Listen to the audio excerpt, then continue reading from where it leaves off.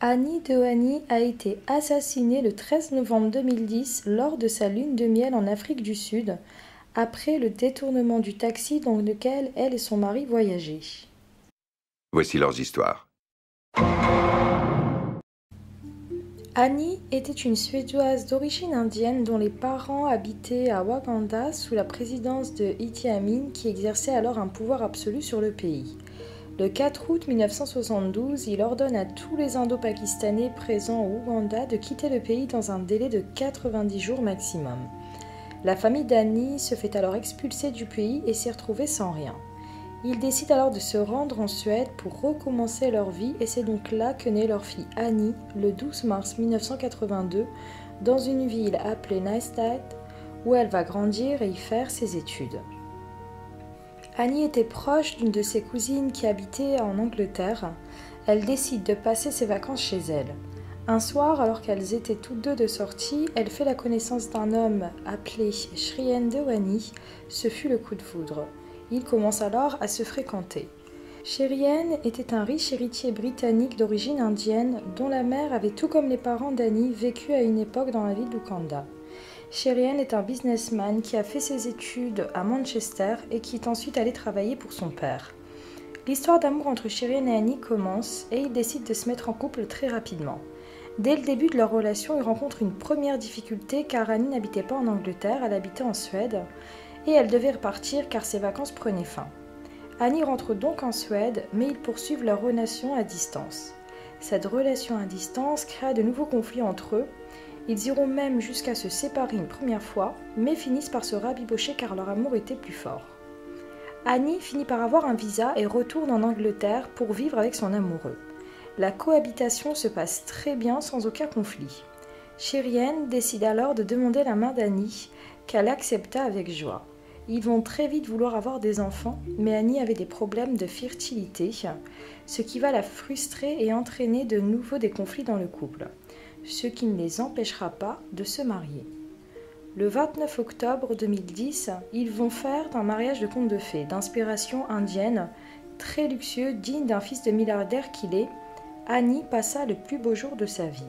Après ce jour de rêve vient la lune de miel. Ils décident de la passer dans la ville du Cape Town, qui est une ville portuaire située dans la côte sud-ouest de l'Afrique du Sud. Mais cette ville est également connue pour sa criminalité à la hausse. Pour s'y rendre, il faut faire preuve de vigilance et prendre quelques précautions.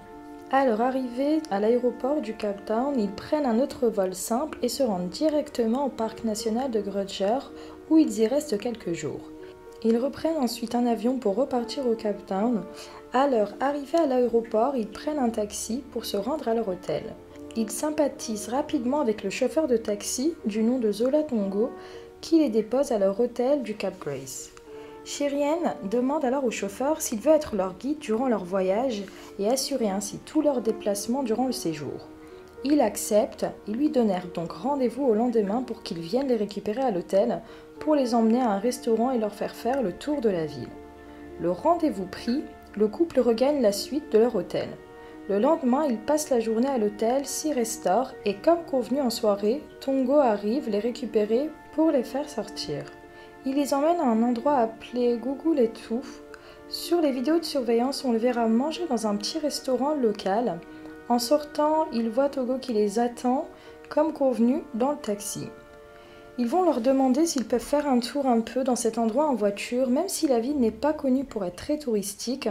En effet, il n'y a rien à visiter à cet endroit, qui est plutôt connu pour sa pauvreté avec une criminalité importante. Mais le couple insiste en disant qu'ils aiment ce retour à la réalité dans une ville vraie, loin des hôtels 4 étoiles et loin de la vie de luxe.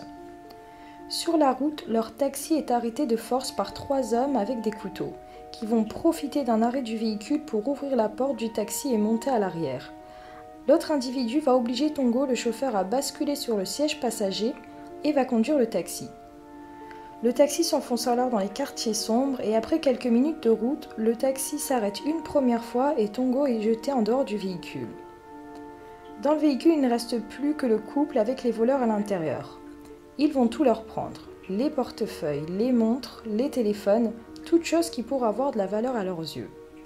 Après plusieurs longues minutes de trajet, le taxi s'arrête une nouvelle fois et Shrien est jeté du véhicule.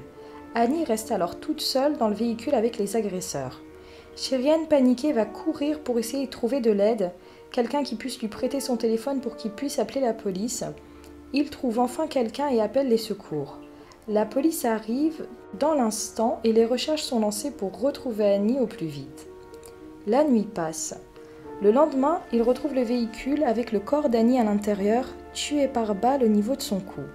Sa montre Armani a été volée, son bracelet de diamant a été volé également, son téléphone BlackBerry ainsi que son sac.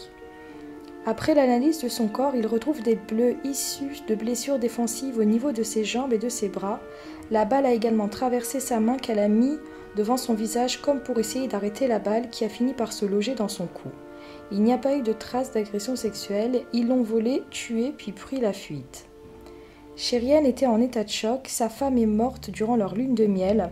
Il voulait qu'une chose, c'est récupérer le corps d'Annie et quitter au plus vite cet endroit qu'il ne supportait plus. Mais il a dû attendre l'aval des autorités durant 5 jours avant qu'il leur donne son accord. Durant ce laps de temps, le père d'Annie averti a fait le déplacement au Cape Town pour être au plus près de sa fille. Après l'aval des autorités, ils sont donc tous repartis ensemble en avion. Annie aura un enterrement indien, elle sera incinérée et ses cendres seront dispersées dans le lac en Suède, dans sa ville natale, là où elle est née, là où elle a grandi. Durant l'enterrement, Sherian est apparu froid, sans émotion, en état de choc. Les gens s'interrogeaient sur le fait qu'il paraissait ailleurs, sur le fait qu'il ne pleurait pas. Il a été démontré par la suite qu'il était en dépression sévère, car il n'a pas dépassé le stade de l'état de choc après les événements récents. Au même moment, au Cape Town, l'enquête suit son cours. Ils veulent à tout prix trouver les auteurs du crime sordide. Les policiers ont toutefois des doutes et s'interrogeaient sur différents éléments. Que faisait-il à cet endroit où aucun touriste ne se rend? Pourquoi avoir opté pour ce restaurant banal? Et pourquoi ces voleurs qui sont venus pour voler la voiture, qui auraient dit au chauffeur « Descends, on ne va blesser personne, on veut juste la voiture », ont finalement abandonné le véhicule? La police va interroger Tongo et lui dire pourquoi les avoir emmenés là-bas alors qu'il savait que c'était un endroit dangereux. À cela, il répondra qu'il n'a que suivi les demandes de Sherian et qu'il n'avait pas son mot à dire. Après des recherches d'empreintes et d'ADN, il match avec un certain Xolil Mangeni qu'il part arrêter. Durant son interrogatoire, il va vite se mettre à table. Il reconnaît avoir arrêté le taxi, les avoir volés et kidnappés. Ils vont lui demander s'il a tué Annie. Il répondra que non et donne le nom de son complice, un certain Kwabe, qui l'a tué car elle ne voulait pas donner son sac. La police part l'arrêter. Au début, il va tout nier, puis va finalement tout reconnaître, mais rejette le fait d'avoir tiré sur Annie. Il donne le nom d'un troisième complice, un certain Monday. Il reconnaîtra avoir tout organisé suite à un échange avec Tongo, le chauffeur de taxi, qui lui dit chercher un tueur à gages.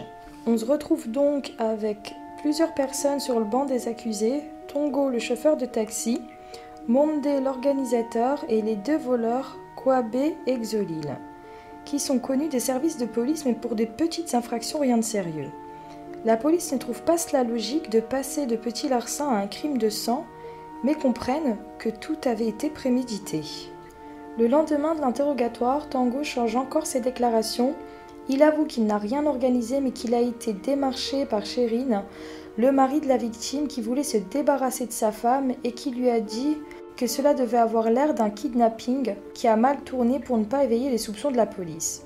Sur les vidéos de surveillance, on voit que dès son arrivée à l'hôtel, alors qu'Annie est dans la suite, Sherian est redescendu à la réception tout seul pour rencontrer Tongo.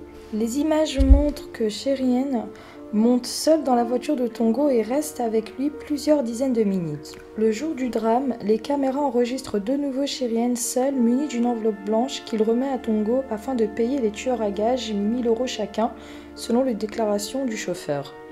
Même si leurs téléphones ont été volés, les policiers se sont rapprochés des opérateurs téléphoniques et ont remarqué que Sherian envoyait des messages à Tongo dans le taxi alors qu'il était en compagnie de sa femme.